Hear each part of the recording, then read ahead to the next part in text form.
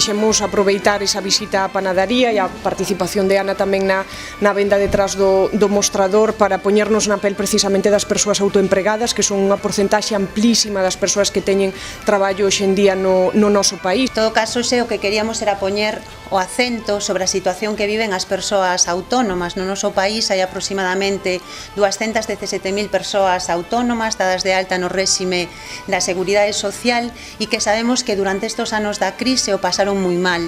Nese sentido, nos queremos que a partir do 25 de setembro tamén abramos un tempo novo á hora de axudar aos autónomos e ás autónomas do noso país. Para iso, o primeiro que vamos a facer é poñer en marcha unha oficina de atención apoio aos autónomos e ás autónomas de Galiza. En segundo lugar, a posta en marcha de créditos a xuro cero. Terceira cuestión que pondríamos en marcha sería un fondo de avais para garantir o acceso ao crédito dunha maneira máis fácil.